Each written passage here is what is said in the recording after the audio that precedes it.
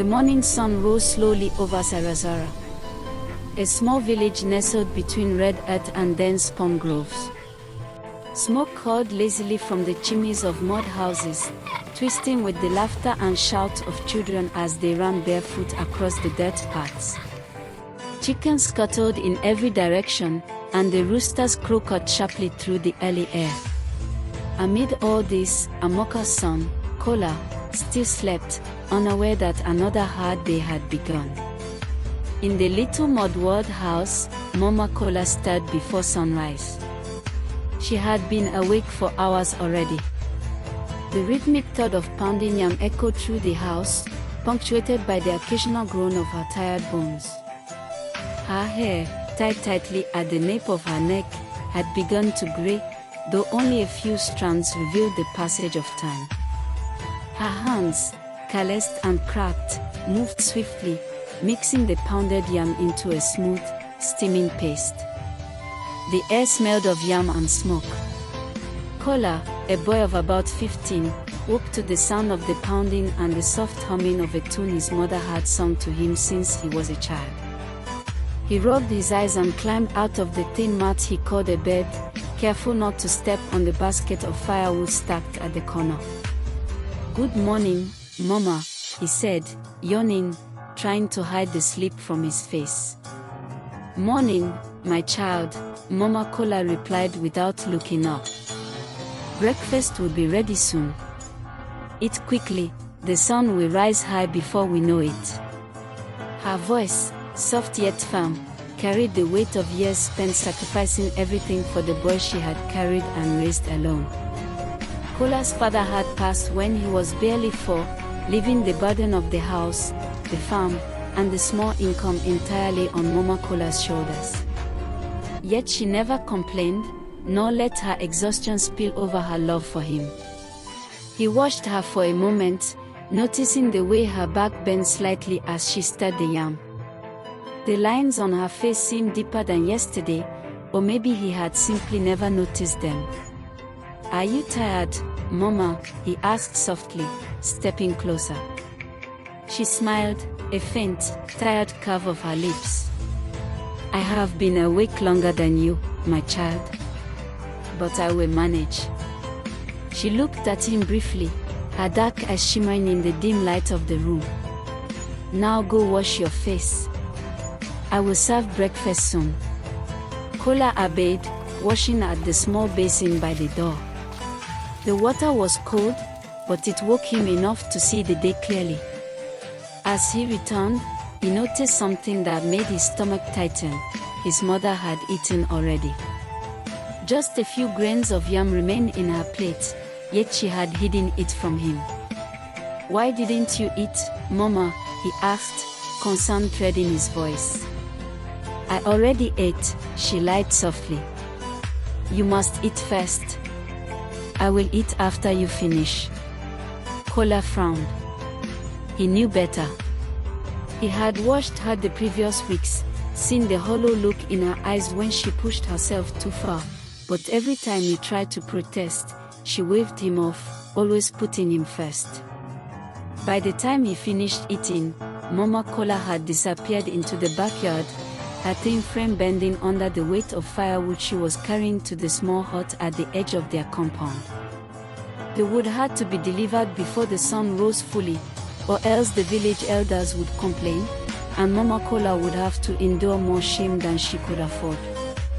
Kola followed her, now fully awake, seeing her toil in the sunlight.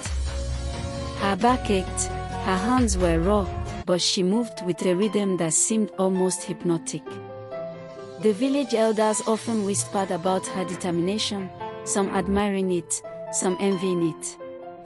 No one truly knew how much she sacrificed, silently, every day.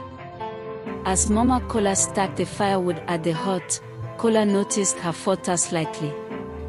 One of her breaths came in a small cough, which she quickly masked by leaning against the tree. His heart tightened. "Mama, you're not feeling well, are you?" he asked, stepping closer. "I am fine, my child," she said quickly, forcing a smile. just a little tired from yesterday's work. But Kola saw the truth in her eyes.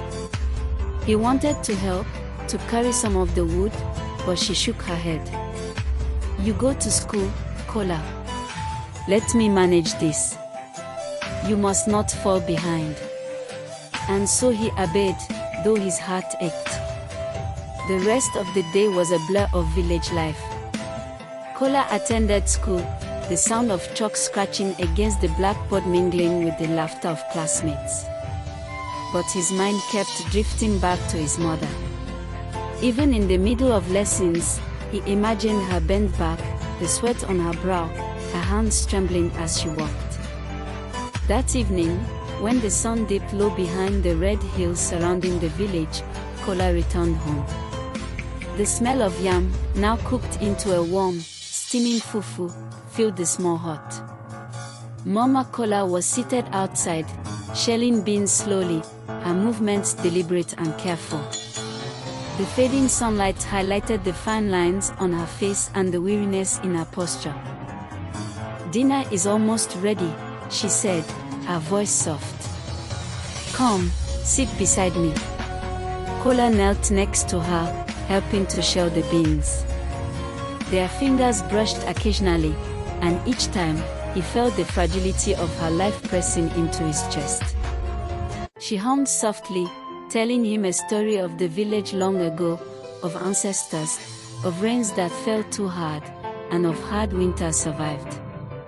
Her voice, though quiet, carried warmth and strength. As night fell, the lantern flickered. Kola, now sleepy, rested his head on his mother's lap. She brushed his hair back gently, feeling the weight of the years in her hands. One day, she whispered, you will have a life you do not even imagine. A life where you will be free from all this hardship. Kola smiled, too sleepy to question anything. He felt comforted. Safe. But Mama Kola's eyes, shadowed by the dim lantern light, held something more. Worry. She knew the time she had was shorter than she wanted. She knew each cough and each faltering step took from the little future she still hoped to provide for him. But she said nothing. Only held him close and whispered softly. You must become better than this life. The night deepened, and Kola's breathing slowed into gentle sleep. Mama Kola watched him for a long time, her eyes brimming with silent tears. One day, my child, you will understand. Outside, the wind rustled the palm trees, carrying the distant sound of village life. Somewhere far away, a dog barked, and the faint hum of a night insect reminded her of the quiet world she had protected her son from. She stood slowly, carefully, and arranged the blankets around him. Her own body ached, but she did not lie down. Instead, she stared into the darkness, thinking of the years gone, of the sacrifices made, of the dreams she still held. And she whispered into the night, to no one but herself. One day, my child, you will understand. And with that, the night swallowed her form, leaving only the dim glow of the lantern, and the gentle breathing of a boy too young to realize how much he had already been given.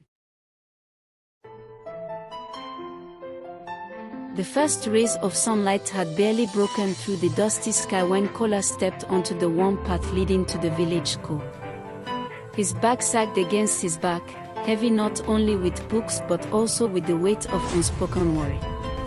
Today, like every other day recently, the teacher would be waiting with a ledger in hand, eyes sharp as the midday sun. When Kola arrived, Mr. Odian, the village teacher, called him forward in front of the class. The ledger thudded against the wooden desk, and the sound made the room fall silent. Kola, your school fees are unpaid again. Do you expect to continue lessons for free while others pay? I will bring it tomorrow, sir. See that you do. Kola's face burned. Whispers and sneakers filled the classroom. The teacher shook his head, disappointment heavy on his face. Tomorrow has already passed too many times. I cannot let your learning stop, but neither can I let your negligence affect others. Sit down. Kola slumped in his chair, hiding his face. Pride mixed with shame. He had watched his mother labor tirelessly, hiding her fatigue, sacrificing what little they had, and yet the gap never seemed to close.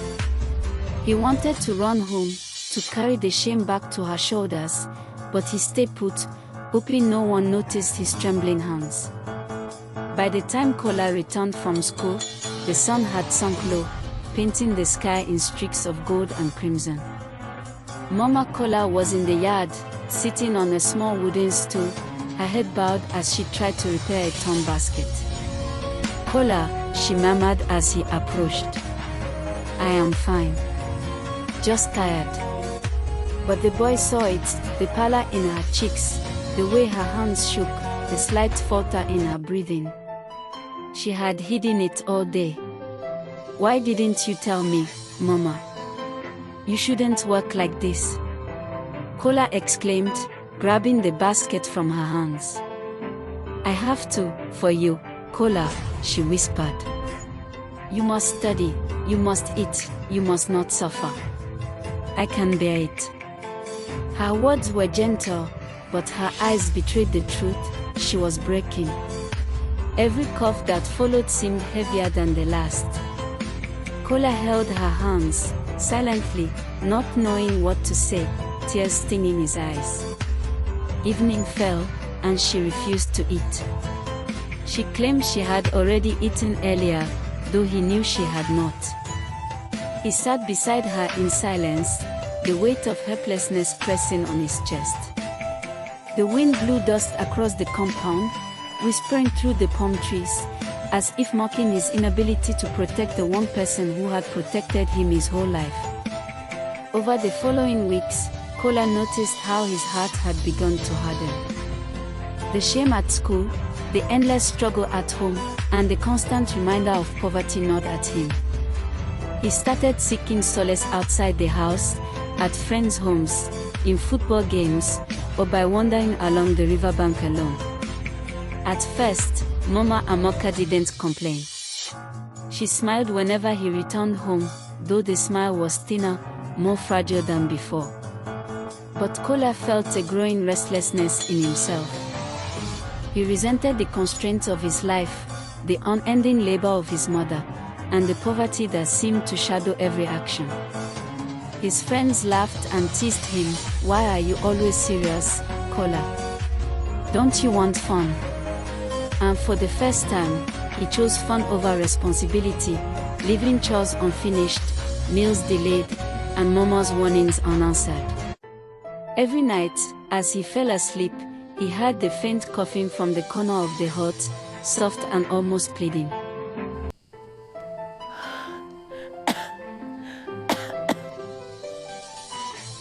But he turned away, burying himself in dreams of escape, of life beyond the village, of a future he didn't yet understand. Mama Amoka had only one wrapper, a vibrant, hand-woven piece of cloth that she treasured above all. Its colors reminded her of her late husband and the day Kola was born. She had hidden it away, hoping she would never have to use it. But when the school fees for the next term were due, and the teacher demanded payment, Mama made a difficult decision. She walked to the local trader and sold the wrapper quietly, without telling anyone. That evening, Kola noticed the wrapper was gone. He confronted her, but she only smiled gently and said, "I did what I had to do. Don't worry about it." Guilt pierced him.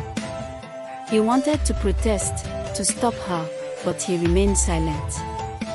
He knew she had sacrificed something there, and yet he had been too distracted by his own desires to appreciate it. The realization pressed on him, but pride and youthful defiance kept him from expressing it.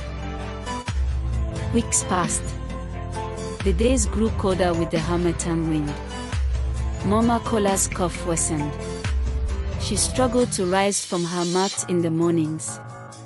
She insisted on continuing her walk in the yard, her hands shaking, her movements slower and more deliberate. Kola watched silently, a knot of regret growing inside him. He wanted to help, to share the burden, to do everything he could to protect her, but every time he tried, she waved him off. One night, as the village lay under a blanket of stars, Mama Kola sat outside with a small lantern. She watched Kola study his books, his young face etched with the worries of a life heavier than it should be. She whispered softly to herself, At least my suffering is not wasted. At least he will have a future. Kola, exhausted, leaned back on the wall of the hut, finally noticing the quiet tears glistening in his mother's eyes. For the first time, he truly saw her, the woman who had carried him through life, whose own life she had quietly given for him. He wanted to speak, to tell her he loved her, to promise he would always care for her, but the words lodged in his throat. The moment passed, and the night swallowed them both. Outside, the wind whispered through the palm trees, carrying a hint of sorrow, a quiet prelude to the trials that awaited them. And somewhere deep inside Kola, an uncomfortable understanding began to grow. Life was not only hardship and work, it was the fleeting moments of love, and sometimes, even the most devoted could be lost if not cherished.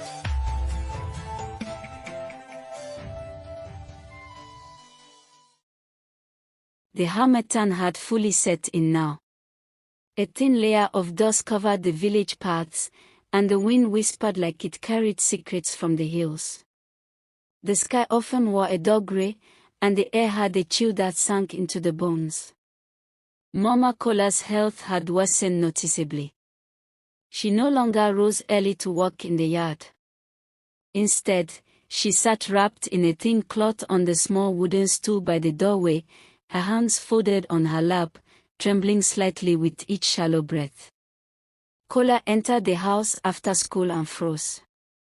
His mother's body looked smaller, frailier than he remembered, as if the weeks of hard labor and sleepless nights had stolen more from her than he had noticed. Her eyes, usually bright and warm, were clouded with fatigue.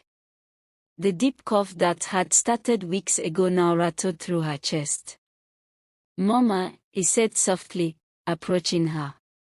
"You need to rest. Let me help you." She waved him away gently, forcing a smile. "Kola, I am fine. Just a little tired. Sit beside me. Let's eat together." He sat, but worry gnawed at his heart. Something told him she was hiding the truth. She always did. Every ache, every pang, every exhaustion she endured, she buried so he would not see it.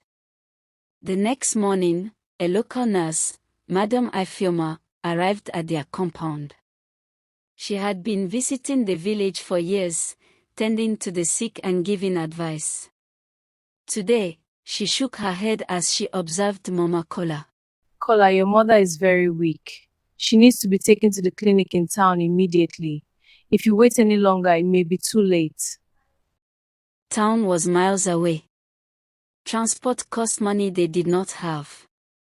And Mama Kola, always proud, refused to beg anyone for help. "Mama, please," he whispered, gripping her hand. "We have to go. Please, let me take you there." She smiled faintly, shaking her head. "The road is far. I will be fine for today. Just come back early from school tomorrow. Sit with me, eat with me, like we used to." Kola nodded absently. In his mind, the request seemed ordinary. A small wish. One meal together. He had no idea how crucial it was, how fragile the thread of her life had become. That evening, Mama Kola's request returned to his mind. Her voice had been soft, almost a whisper, but her eyes had held something more, a quiet, desperate plea masked behind love. Kola, she had said, tomorrow, come back early. Just for me. One meal together. One last time, before everything changes. He nodded politely, still thinking it a casual request, not understanding that this simple act, sharing a meal, sitting in the fading sunlight with her, was perhaps the most important moment they could have had. The next day, the sun climbed high as Kola left for school. But his mind was restless. Friends met him by the riverbank, inviting him to play football. Laughter, cheers, and carefree teasing filled his ears, and for a moment, he forgot Mama's request. He glanced at the sun, then back at his friends, and smiled. Just a little longer, he thought. I'll come back after this game. The hours passed quickly. The warm sun, the camaraderie, the echoing cheers, it all pulled him further from the hut where Mama waited, where she had prepared a simple meal with her frail hands, where she had been counting every second in quiet hope. Time became a thief. Kola did not notice the shadows stretching longer, the wind shifting coldly across the village, or the way the dust began to settle heavily on the path back home. By the time Kola remembered Mama's request, the sun had already begun its descent. He ran down the dusty village path, heart hammering, mind racing with guilt. He imagined her sitting on the wooden stool, waiting patiently, food cooling, eyes scanning the horizon for his familiar figure. When he reached the compound, the door was slightly ajar. Smoke no longer rose from the kitchen fire. The small mat where Mama usually sat was empty. 2 plates of food lay on the low table, cold. A faint dust had settled over the surface, as if time itself had passed without her presence. Kola called out, "Mama. I'm here." Silence. He rushed inside, searching the house. Her shawl lay folded on a chair. Her walking stick leaned against the wall. But she was not there. A neighbor approached, shaking their head gently. Kola, she waited. She kept saying. He said he would come early, he promised, and then. The neighbor's voice broke, and Kola fell to his knees. His heart sank into a pit of unbearable guilt. He realized, too late, that her request had not been casual. It had been her final wish, her one last hope to share a simple meal with her son, to see him sit beside her one more time, to feel that he valued the moments they still had. The wind whistled through the palm trees. The evening sky bled crimson over the village. And Mama Kola's absence, her quiet departure, pressed on Kola's soul with a weight heavier than any punishment he had ever known. He sank to the floor, staring at the cold, untouched food. Every memory of her sacrifice, every cough she had hidden, every tired smile she had given him, now bore down on him in a tidal wave of regret. The village, once alive with the gentle hum of evening, seemed muted. The distant dogs did not bark. The children had gone home. Only the wind carried a whisper of her voice. He said he would come early. And Kola wept openly for the first time in years. Not for hunger. Not for shame. But for a life he had almost thrown away, and for the realization that some moments, once lost, could never be reclaimed. Mama Kola laid on the floor beside the mat where she had spent so many evenings tending to him. Her shawl was neatly folded beneath her head like a pillow. Her breathing had stopped. Her eyes, which had watched over him for so long, were closed forever. One frail hand reached toward the doorway, as if still waiting for the boy she loved more than anything in the world. Kola froze, unable to move. He dropped to his knees beside her, shaking her gently. "Mama." Please, wake up. But her body remained still. The warmth he had depended on had gone. Only the cold reality of absence remained. Neighbors began to gather after hearing Kola's cries. They were quiet, their faces heavy with sadness and understanding. Kola's hands trembled. Tears streamed down his face, burning his cheeks. He had been too late. Too late to see her smile, too late to share the simple meal she had wanted, too late to give her the comfort of knowing her son cared enough to return when she had asked. Every sacrifice she had made, every meal she had skipped, every laborious day under the sun, every hidden cough and faltering step, now pressed upon him with unbearable weight. And he had been distracted by friends, by school, by fleeting joys that seemed so trivial compared to the life he had almost ignored. He buried his face in her cold hand, whispering apologies she could no longer hear. "Mama, I'm so sorry. I should have come. I should have listened. I should have stayed." The village mourned quietly. Women wept openly, wailing softly, while men placed the coffin gently into the grave. Kola stood at the edge, unable to speak, unable to cry in a way that could release the ache in his chest. His body shook, but no sound came from his lips. The elders spoke softly about Mama Kola's life, her sacrifice, her generosity, her unwavering love for her son. But no words could fill the hollow left behind. Kola's heart felt like a drum being crushed under the weight of grief and regret. After the burial, the village returned to its routines, but for Kola, nothing was routine anymore. Every corner of the compound, every palm tree, every small mud wall reminded him of what he had lost. Only when he spoke with the elders did he fully understand the meaning of her final request. She knew she was dying, an elder said softly, his voice cracking.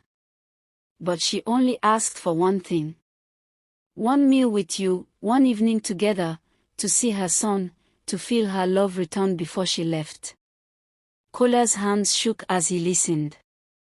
All those moments he had taken for granted, the warmth of her hands, the quiet hums while she walked, the smiles she had hidden beneath exhaustion, now carried the unbearable weight of finality.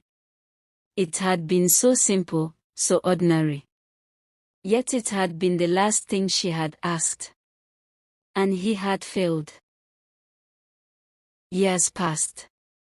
Kola grew into a man, moved away from the village, and built a life far from the dust roads and palm trees of his childhood. Yet the memory of that evening never left him. One day, successful but weary, he returned to the village. The compound where he had grown up was empty, abandoned. The walls were cracked. The firewood had rotted. The trees grew wild.